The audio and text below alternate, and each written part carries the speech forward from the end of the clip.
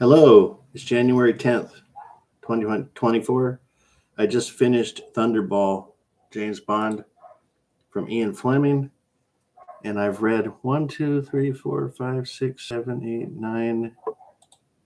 nine books so far, and I've got five left. I'm reading them in order, as you know, or don't know, and I'm going to give you the lowdown of this book. So, the ninth James Bond book, this one, was the fourth movie, and like I said, I read it in 5 days. And even though I read it in 5 days, it was a real slow burn. It basically is a story of two books, in essence, two halves of a book. The first half was all about health and James Bond smoking, and a lot about smoking. And it seemed to be more confessional of Ian Fleming's health issues and his smoking addiction to me than anything to do with James Bond. Um, he seemed to be tiring of writing spy novels and was at some kind of a midlife slash late life crisis. He didn't live that long. He smoked 4 packs a day at some point, I had read. So he was quite addicted to nicotine. It was talking about nicotine in the book, and people were telling him how it couldn't be healthy for him to smoke that much. And like I said, it just didn't seem like it was James Bond. It was quite just boring and gross. The first scene, though, the intro scene that had to do with traction and a bad guy trying to harm him, was pretty interesting. But other than that, the first half of the book was a total just drag. I didn't like it at all. A drag. Joke unintended. Anyway, the second half got better. So it was a Broken Arrow story where I don't want to go into too many details because I don't like to give spoilers, but Broken Arrow has lost nuclear bombs. And there was two in this book that were missing.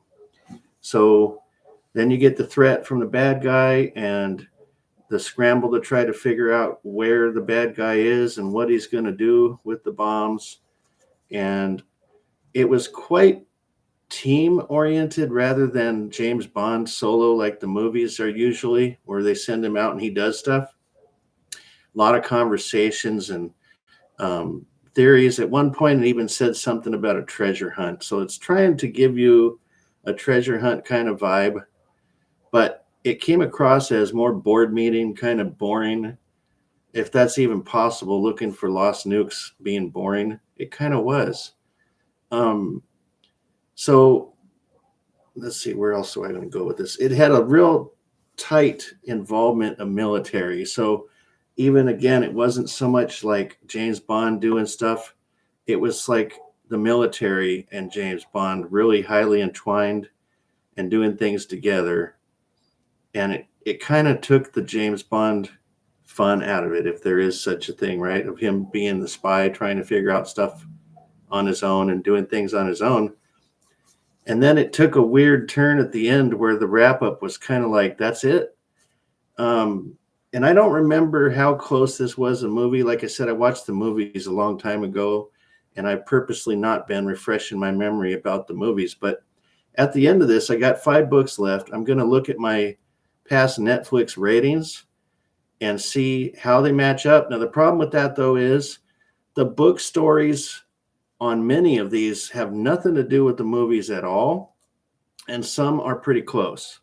So I'm not sure if this one's pretty close or far away, but probably either the last book that I read in that summary or in an additional review at the very end, I'm going to rank from best to worst and compare it to the movies best to worst. But on this one so far, just for informational purposes, I'm going to let you know my ranking because I don't want to lose track myself. So this might be a point of reference for me in the future. I do have it written down on my Facebook notes, but anyway, this is how I rank them so far. My favorite James Bond book so far is still Moonraker. Goldfinger, as ridiculous as it was exciting and fun. So that's 2. From Russia with Love was a real good book, quite realistic. And I've read that the movie was a lot like the book. I really liked From Russia with Love, but Goldfinger was so much over the top that I think it just barely edged that one. Live and Let Die was a Jamaican stuff going on down there, and it was pretty good. Sharks and all that kind of stuff. I liked Live and Let Die, even though it was highly racist. And I will say again, there's quite a bit of racial terms in this book, referring to reefs sticking out of the water. I won't tell you the word, but it's quite terrible, and it's mentioned many times. And this was written 1961, so it continues from book one all the way to here. I've only got 5 left, so I mean the series is pretty racist. So anyway, after Live and Let Die, Casino Royale, the short intro book, was next, and then as far as my ranking, then Dr. No, and then Thunderball. This one I'm ranking it below Dr. No, but barely above Diamonds Are Forever.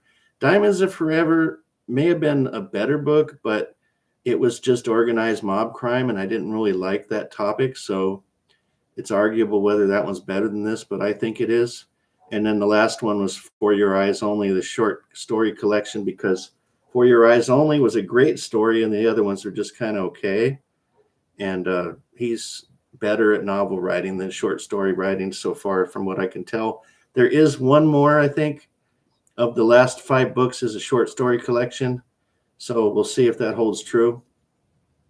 But so far, that's my ranking. And like I said, this was a slow burn. Even though I got it in 5 days, it felt like, oh, I want this to be over. I didn't really like it that much. So that's my summary.